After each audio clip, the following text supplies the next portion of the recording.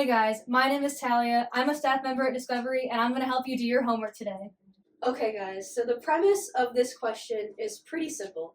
Basically, there's a list of exam scores for exam 1 in an unnamed class. I feel bad for this person. But there's a list of exam scores, and we're tasked with figuring out which of these scores are an outlier in our data set. There's a very specific process that goes into this, and it's a little bit different than you might find on the internet or maybe in other stats classes because we incorporate a little bit more of like a computer science way of thinking and computer science way of calculating our outliers. So I'm going to go through that whole process from start to finish, define terms, and at the very end we'll figure out which one of these exam scores are an outlier. So the process for this is we basically need to define a range of values that we can use to define if one of these points is an outlier or not, right? Like a lower bound, and if it's below the lower bound, then that means it's an outlier. Or an upper bound to where it's above the upper bound, it's an outlier, right? They're outside of some defined range that we have that's like appropriate for it to not be an outlier. And so basically, those bounds that we have, our lower bound for outliers is Q1 minus 1.5 times IQR. And don't worry, I'm going to explain what all these things mean in a second. And then our upper bound is Q3 plus 1.5 times IQR. And so what do all these things mean, right? Because there's kind of a bunch of letters. But it's not too crazy.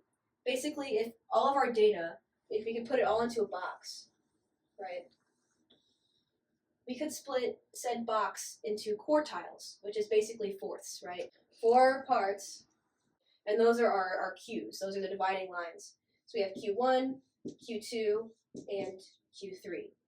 Q2 is, you already know that as the median, right? You know that as like the middle point of all your data. But Q1 and Q3, those split your data into the first 25%, right, is here. And then Q3 does the first 75%, right? Because 25, 25, 25, right? And then, so that's what Q1 and Q3 are. So we basically need to find a point within our data set that matches these conditions. And then your IQR, that's called the interquartile range. And your IQR is basically Q3 minus Q1. And that defines the middle 50% of your data. So this is your IQR. Sorry if that's kind of hard to read, but basically it's a measure of the spread of the data. Q3 minus Q1 is the IQR. And so we will go and solve for Q1 and Q3 and then IQR, and then we'll be able to define our lower and upper bounds. And then we will be able to decide which of these points are outliers. So let's get into that. Now we need to choose our spot in our data set that defines, that basically holds Q1 and Q3, so we can calculate all these things. We do this through something called true index location.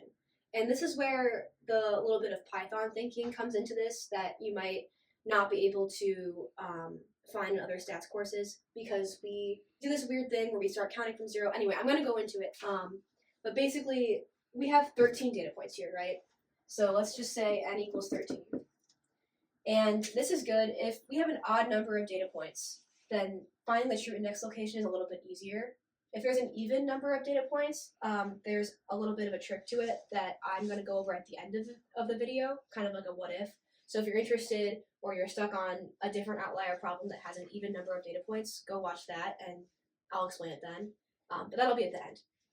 Anyway, so we need to find our true index location of Q1 and Q3 so that we know which number to use for that, right? Which of these numbers. And the way we do that is we do n minus 1 times our percentile of interest. So that just means for Q1, it's 25% because it's the 25th percentile. And then for Q3, it's 75% because it's the 75th percentile of our data, right? So 0.25 or 0.75 would be our percentile of interest in this case. And this will basically spit out some index number that we can then count to and be like, okay, this is our Q1. So for Q1, the true index location, I'll write that out here. Q1 true index location is n minus 1, so 13 data points, 13 minus 1, times our percentile of interest, which is 0.25 for Q1, and that gives us 3, because 12 divided by 4 is 3. Anyway, so that's our true index location for Q1, and if you remember in Python, the index always starts from 0, and that's why I said this uses some Python thinking, because this is actually the way that Python calculates Q1 and Q3, if you use like Python functions. So you start at 0, 1, 2, 3. So this is actually true index location 3, and so we know this matches our index location for Q1, and so this is Q1. 78 is our Q1. All right, and then we can do the same thing for Q3. Our Q3 true index location is 13 minus 1 times 0.75, and that is 9. So we'll go 4, 5, 6, 7, 8, 9. The number at our true index 9 is 94. And so now we have our Q1 and our Q3, and we're almost there. So we'll write that out. Q1 equals 78. Q3 equals 94. And now we can also find our IQR, which is just Q3 minus Q1.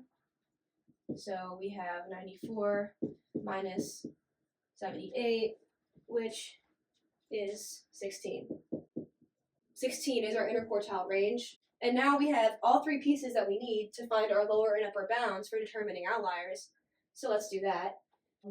Our lower bound, we'll say, is Q1 minus 1.5 times IQR, which is our Q1 is 78 minus 1.5 times 16. And we get 54 for that. And then our upper bound is Q3 plus 1.5 times IQR, which is 94 plus 1.5 times 16, and that is 118. Yes, 118. And so now we can use these numbers to look at our data set and say what doesn't fit with this, right? If we have a score that's lower than 54, and we can just say that's an outlier, like that's way too far away from the rest of our data. Same here, if we have a number that's a certain amount higher than our Q3, that's too far away from the rest of our data, that's an outlier. So less than 54, we actually do have one data point that's less than 54, 47. Higher than 118, well, unless there's like a crap ton of extra credit, nobody is getting 118 on this exam. And indeed, the highest score is a 99. So there's no high outliers. There's no outliers at the top edge of the data set. There's just this one outlier that's below our lower bound at 47. We have determined that we have one outlier here, and that's the answer to the question, because the question asks us how many outliers we have, and we have 1. So 1. That's the answer. So now I'm going to go into a little appendix. Earlier in the video, I mentioned that it's a lot easier to do problems like this when we have an odd number of data points, because like we saw, we get our true index locations as whole numbers, and we can just easily pick the number in our data set that lies to that location. However, what we're going to see is if we start with an even number of data points, which I simulated just by, I deleted the last one, like there was a 99 at the end, and I took that one out. So now we have 12 data points, an even number. The true index location is a little bit harder to interpret, and it's a little bit harder to pick a number that actually fits that. And so I'm going to show what happens if that comes up, because I feel like there's probably some homework questions where there's an even number. So I'm going to go into that. So let's pretend this is our data set instead, right? Now we have n equals 12 data points. And so if we want to go about calculating our true index locations for Q1 and Q2, we have Q1 true index location becomes, it's still, I'll write it here, n minus 1 times percentile of whatever Q we have. So we have 12 minus 1 times 0.25, which is 11/4, which is 2.75. And then we have our Q3 true index location, we have 12 minus 1 times 0.75, which is 33/4, which is 8.25. So this is a little bit confusing in the context of what we have, because what even is index 2.75, right? Like, we don't count like that. We count we count by whole numbers, 0, 1, 2, 3, 4. And so there's a little trick that we use to figure out like the number from like our data set that we would say is Q1. So in this case, let's go through 0, 1, 2. Also, sorry for the awkward stretching. There's a table here. So 0, 1, 2, 3, right? So we have our first true index location at 2.75. So that would be like here, right? At 2.75. Oh my god. Why did I put this so high up here? Okay, 2.75, right? And so now we need to figure out what number we would say is Q1. And there's a little formula to do that that basically allows us to say like pick a number that's the right distance between these two so that it corresponds with this fractional component of our index. So the way we do that is we take our high number, or sorry, no, not our high number, our lower number, and then we add high minus low times the fraction. I don't know why I underlined that. And so basically what this does is we have our starting point, for example. So I'll shorten this, like starting point. And then the space or like difference between the numbers on either side of the index. So the space between like the difference basically. And then we multiply that difference by whatever fraction we have here. So like 75%. And this basically, in this case, would allow us to find a number that would be 75% of the way between what we have at 2 and what we have at 3. And then that would be our Q1, if that makes sense. So if we're doing this for Q1,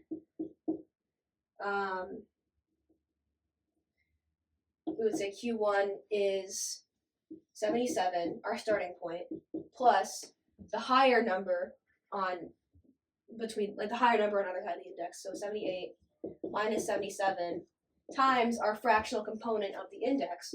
Don't get this confused with the percentile of interest. It's not the same. It's the decimal part of our index, right? Because it's not a whole number. It's the 0.75, so 0.75. And so in this case, we get 77. This is 1.75. And you can kind of think about it. This kind of makes sense, right? If these are 1 apart, and so this is like 75% of the way between 77 and 78, and that's how we interpret these fractional indexes that we got. And so this would end up being our Q1, and then our Q3, we do something similar. We know Q3 is at 8.25. So if we keep counting 5, 6, 7, 8, 9, 8.25 would be like here. So that's where our Q3 would be. And then we do the same thing. I'm going to write this in shorthand so that you can remember it a little bit easier. It's just low plus high minus low times fraction. That's how I write it because it's just faster to use letters. Anyway, so we have the lower number plus the higher number, but it's actually the same. So look what happens here. Minus the lower number times our fractional component, which is 0.25. And this ends up being 0, and so we just get 94, which makes sense because these are the same anyway. So it's, you just pick 94 anyway, but then also, if you think about it, the number that's 25% of the way between 94 and 94 is still just 94. And so that's our Q3. In other cases, these wouldn't be the same, and you'd get some other kind of decimal answer like this. But in this case, it's just 94. And then after this, you have your Q1 and your Q3. You can calculate the IQR, calculate the lower and upper bound. That's all the same, right? So the overall process is the same. The thing that's different is how you deal with the true index locations. when you have an even number of data points because you're going to get fractions. And this is the way Python calculates it, which is a little bit weird, but hopefully this helps clear it up, and hopefully this can be applied to like other homework problems that might have this issue.